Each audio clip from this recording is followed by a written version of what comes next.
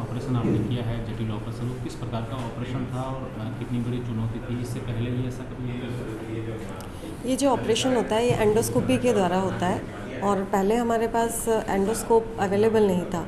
और क्योंकि ये ब्लैक फंगस अभी आया था तो उसके तहत हमने एंडोस्कोप की डिमांड करी थी और हमको एंडोस्कोप्स मिल गए हैं। तो उसकी मदद से और एक नई लैप्रोस्कोपिक मशीन यहाँ पे आई है जो जर्मन कंपनी की है, वो भी इस कोरोना काल में आई है।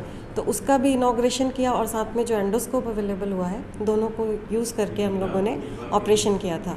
सेप्टोप्लास्टी पहले भी यहाँ हुआ करती थी, लेकिन अब जो हमने ऑपरेट किया है वो एंडोस्कोप की मदद से किया है। तो जो उसमें हम सेप्टल कार्टिलेज निकालते हैं उसकी लोकेशन, वो सारी चीज़ें जो है अच्छी तरह से विजुलाइज होती हैं। तो इससे हम फंक्शनल एंडोस्कोपिक साइनस सर्जरी भी कर सकते हैं इस मशीन के द्वारा, क्योंकि कभी कभी साइनस में इन्फेक्शन हो जाता है तो सर्दी जुकाम मरीज़ का ठीक नहीं होता, उपचार लेने के बाद भी ठीक नहीं होता।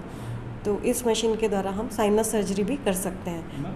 उस जो बच्चा था उसको आम भाषा में क्या बीमारी कह सकते हो, कैसी बीमारी थी, और अगर ये बाहर निजी हॉस्पिटल में था तो कितना खर्चा आ सकता है? बच्चा जो है एक बार गिर गया था, उसके कारण उसकी जो नाक की हड्डी है वो फ्रैक्चर हो गई थी और टेढ़ी हो गई थी। तो टेढ़ी होने के कारण वो सांस नहीं ले पा रहा था। तो इसके द्वारा हमने उसका जो सेप्टल कार्टिलेज और टेढ़ी हड्डी उसका इलाज एंडोस्कोप की मदद से किया था। अगर ये बाहर करवाते तो कितना कॉस्टली होता है यहाँ? बाहर अगर ये एंडोस्कोपी में कराते तो 30-40 हज़ार का खर्चा आता। मैम ये ऑपरेशन अपने आप में कितना जटिल था ये? ऑपरेशन जटिल कहेंगे, जटिल तो था, लेकिन उसमें यह है कि पहले हमारे पास क्या मशीनें उपलब्ध नहीं थी। जटिल मतलब हम लोगों को ड्यूरिंग पीजी इन सब की ट्रेनिंग दी जाती है, हम सब उसके लिए ट्रेंड थे, लेकिन हमारे पास मशीनें उपलब्ध नहीं थी। अभी मशीन उपलब्ध है तो हम ये करने में सक्षम हैं और इसके द्वारा ये है कि छोटी छोटी माइनर डिटेल्स भी हमें अच्छे से दिखती हैं तो ऑपरेशन परफेक्ट हो जाता है। सर, बाड़मेर के मेडिकल कॉलेज के राजकीय अस्पताल जो है यहाँ पर लगातार जटिल ऑपरेशन किए जा रहे हैं और लोगों को बाहर नहीं जाना पड़ रहा है, और कल भी एक अच्छा ऑपरेशन जटिल हुआ है। किस प्रकार का ऑपरेशन था और कितनी बड़ी चुनौती? बिल्कुल, बहुत बड़ी उपलब्धि है हमारे ईएनटी डिपार्टमेंट की, जिसकी हेड हैं डॉक्टर ज्योति। पहले हमारे पास में इसके लिए एक अलग स्पेशल इक्विपमेंट होता है फेस का, फंक्शनल एंडोस्कोपिक सर्जरी। उसका जो इक्विपमेंट था वो पहले था नहीं, अब इनको चूँकि अवेलेबल हो गया है तो डॉक्टर साहब ने, उनके पूरे डिपार्टमेंट ने और एनेस्थीसिया डिपार्टमेंट ने मिलकर एक बड़ी जटिल सर्जरी की। ये सर्जरी पहले यहाँ पे नहीं होती थी, अब ये रेगुलर बेसिस पे होगी।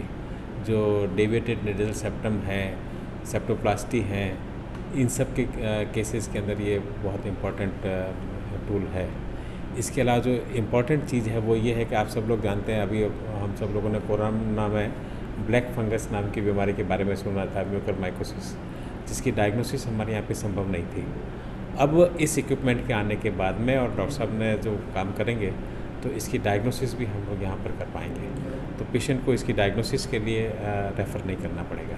सर, इसके अलावा भी यहाँ पर देखा गया कि नी रिप्लेसमेंट हो या इस प्रकार के बहुत सारे जटिल ऑपरेशन यहाँ शुरू हो गए, तो जिले के लोगों को कितनी बड़ी स्वास्थ्य सेवाओं का लाभ है? बिल्कुल, मैं इस मामले में अपने आप को लकी समझता हूँ कि मेरे पास में इतने एंथुजियास्टिक और यंग डॉक्टर्स की टीम है। ऑर्थोपेडिक्स के डॉक्टर्स भी हमारे लगातार टोटल नी और टोटल हिप रिप्लेसमेंट कर रहे हैं, जो कि बहुत ही मुश्किल काम होता है और हर जगह पे, कई मेडिकल कॉलेज में भी अभी भी नहीं हो रहा है, लेकिन बाड़मेर जबकि एक नया मेडिकल कॉलेज है उसके बावजूद भी हो रहा है, तो मैं उनकी टीम को भी पूरी बहुत बहुत बधाई देता हूँ। इसके अलावा दूसरे भी कई डिपार्टमेंट्स ऐसे हैं जो बहुत आगे बढ़ रहे हैं। बहुत ही जल्दी आप देखेंगे कि आई डिपार्टमेंट में है, एनेस्थीसिया डिपार्टमेंट में है, मेडिसिन डिपार्टमेंट में है, और कुछ इक्विपमेंट्स हमारे जो डायग्नोसिस के हैं, आपको मालूम है पिछले कुछ दिनों में भी कुछ डायग्नोसिस के नए नए इक्विपमेंट आए हैं, और भी बहुत सारे इक्विपमेंट्स अभी आने वाले हैं।